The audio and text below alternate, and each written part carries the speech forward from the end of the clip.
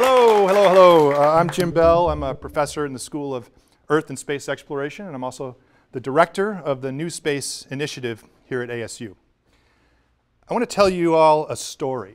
I want to tell you a story about a brand new high-tech industry that's being led by rich and famous entrepreneurs who are building and testing amazing new machines that can transport people and cargo far away and rapidly and affordably. And that industry is at the frontier of technology and engineering, and it's pushing those frontiers to their limits, making inventions and innovations that can change the world as we know it. Now, what if I were to tell you that this story happened in 1925, and that this new industry was based on this strange concept called commercial aviation, and that the luxury world of flyboys and flygirls and the super rich would soon become part of the everyday 21st century world, to the point where today we regard air travel as relatively routine. Well, it all started with something called the Airmail Act of 1925, when the US government started giving these juicy contracts to startup companies like American and United to deliver the mail. And they used those contracts to increase their safety levels, to increase their efficiency, to lower costs, and that led to the airline industry of today. Well, this is actually a model for something similar that's happening right now, but in the space business. New small businesses are forming in rocketry, small satellites, space tourism, even mining. And NASA and other space agencies are offering juicy government contracts to startups with names like SpaceX and Virgin Galactic and Bigelow Aerospace. Not to deliver the mail, but to deliver cargo and supplies and eventually people to low Earth orbit. So this is a model that we've seen before in the airline industry. It's a model that we've seen before even in the railroad industry before that. So will this lead to spaceline travel becoming as routine as airline travel is today? I mean, is it absolutely crazy for me to imagine to be able to spend the weekend on the moon before I retire? Well, when I was growing up, I got turned on by guys driving cars on the moon. I mean, what's up with that? How cool is that? They were driving cars on the moon. I had no idea why they were there. I didn't know anything about the Cold War. I didn't know anything about the geopolitics of space. All I knew is that it was awesome. It was inspirational, and that I wanted to do that. But I had to learn that there are many reasons why we explore space besides, hey, that's really cool. So certainly the inspiration and the value of science and technology and engineering, math education, incredibly important reasons, as is national pride, as is a greater appreciation of our country abroad because you and we and all of us, we're actually investors in space exploration, assuming you've paid your taxes. We also explore space to learn more about our planet, our solar system, and beyond, so that, for example, we could save ourselves from a potential cosmic catastrophe, like the giant impact that killed the ancient dinosaurs 65 million years ago. I've argued that exploring space is not just a luxury that we can opt to do. We have to learn how to get out into space, to get off this planet, because it's essential to the survival of our species. Well, exploring space also leads to tangible benefits in technology and infrastructure, things like GPS, things like cell phones, weather satellites, new materials for harsh environments, new guidance systems for spacecraft, airplanes, even cars. And there are other examples in foods, medicines, physiology, and the healing of diseases. The space program really is part of our lives. It's more than just tang, but it's not quite yet growing potatoes on Mars. So as we expand farther out, I think it's reasonable to expect that those benefits will expand farther out too. Just like the airlines changed the 20th century, space and space lines are going to change the 21st. Space is the next economic frontier. And low Earth orbit, the space closest to home, already is an important part of our global economy. This is where the shuttle went. This is where the Hubble Space Telescope is. It's where the International Space Station is. It's where the more than 500 astronauts that have flown have gone. But Most people don't realize where low Earth orbit is and how close to home it really is. So I have a little demo to show you. First I'll grab my prop number 1 and then ask for prop number 2. Thank you. We're going to pretend that this basketball is the Earth. Okay? Where is low Earth orbit? Take a dime and hold it up against the Earth. And that's it. Top of the dime, right there. That's where the shuttle went. That's where the space station is. That's where the Hubble Space Telescope is, just at the top of that dime. Let me give my prop back. Thank you. NASA has been criticized for canceling the space shuttle because it was the nation's only way to get humans into space.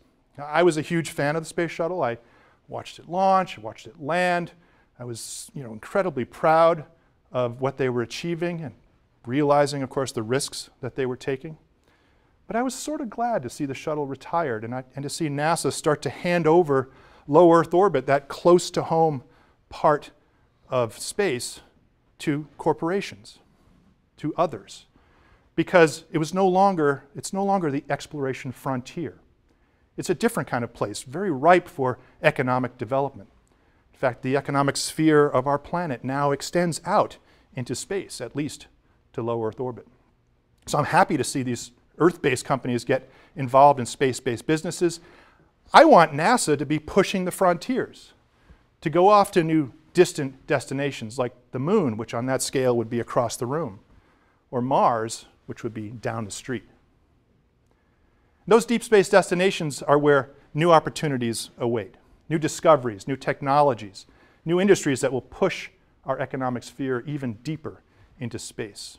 We should expect disruptive new technologies like the transistor and the internet that came before that will change our world and our species. And we've actually begun to explore those deep space destinations already with robots, flyby probes and orbiters and landers and rovers with names like Viking and Voyager and Cassini and Curiosity. And our first looks at those worlds around us are using these robots, doing the things that the robots can do, like determining the size of something or its mass or its topography or the basics of its geology and chemistry, looking at planets and moons and asteroids and comets. And here at ASU, we've been a really important part of that robotic exploration since it began in the 1960s. Faculty, staff, students working on designing, testing, building, operating dozens of space missions in the past, and that continues today. Right now on campus, the Lunar Reconnaissance Orbiter team is taking pictures of the moon at high resolution. The Opportunity and Curiosity rover teams are analyzing data coming back from Mars every day. The Cassini mission exploring Saturn, the Dawn mission exploring the asteroid Ceres. We're building instruments and entire small spacecraft on campus for the future exploration of low Earth orbit, the moon, and beyond. It's a really incredible time, an incredible era of space exploration, and the textbooks are literally being rewritten as we speak. But it's important to ask, do we have to send people out into space? Can we do it with robots? I don't think we can. I think that the things we can do with robots, we should do with robots. But there's a whole other realm of things, more complex work like the forensic work of field geology, or the large-scale complex work of setting up drill rigs, or the fine-scale work of detailed sampling and analysis. Those are the kinds of skills that require the human brain, human intuition, and human experience. I think when people go back into space, back to the moon, to asteroids, to Mars and beyond, and they will, it will be with robots as our assistants and tools instead of just the robots. Now at ASU, we're starting to use our robotic expertise to team with companies out there to explore. I'm the director of something called the Space Technology and Science, or New Space Initiative, and we connect faculty and staff and students with commercial space companies up and down the supply chain. We've got expertise in science, engineering, robotics, instrumentation, laboratory work, operations, and those companies want to be bringing products and services to the market in low Earth orbit and beyond.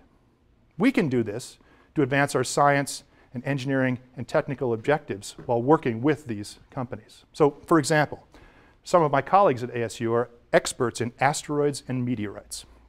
So we partnered with a small company called Planetary Resources that's actually an asteroid mining company.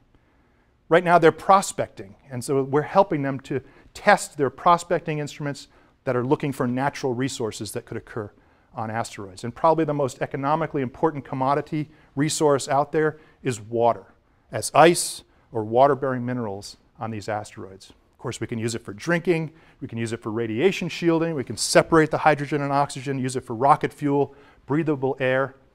Water is really going to be more valuable than gold in space in the future. And at ASU, we've got astronomers and planetary scientists who know how to look for it and who know how to find it. And so when these companies that we partner with begin their prospecting work in the coming decades, they'll be doing what they need to do to look for those resources, and we'll be doing science as well. It's kind of a great win-win partnership, and it's kind of representative of what we're trying to do at ASU New Space, kind of integrating the academic and the commercial space sectors. So, what can you do to help move this new space revolution forward? 3 things. First of all, you can know that you are already investors in the future of space exploration. If you think it's been a great investment, contact your member of Congress and let them know. That is, advocate for steady funding of NASA and other space-related industries and government agencies. You can join organizations like the Planetary Society, which helps do that kind of advocacy as well. Full disclosure, I'm the president of the Planetary Society, so I'm a big fan, and I think it's a great way for like-minded people to get together and help to advocate for space exploration. And finally, you can educate. You can educate yourself and others about your place in space. You might be able to take classes at ASU, for example, in space science, engineering, technology, exploration. Okay? You can educate other people, especially kids. Take them to look through a telescope. Take them to your local astronomy club, astronomy night, and let them see and experience the awe and wonder of the cosmos. Share that awe and wonder that you feel inside yourself with others. So who could have imagined in the 1920s that by the end of the 20th century, it would be possible to take routine airline flights almost anywhere on the planet? Now we're approaching the 2020s, and I think it's just as hard to imagine that by the end of this century, we'll be able to take routine spaceline flights just about anywhere in the solar system. But that's the future that's coming, and that's the future that many of us across ASU are working to help to create. So that weekend on the moon, it's coming. I know it. And I'm getting ready for it. You should too. Eat well, stay healthy, live long, and prepare to strap on for the ride of your life. Thank you.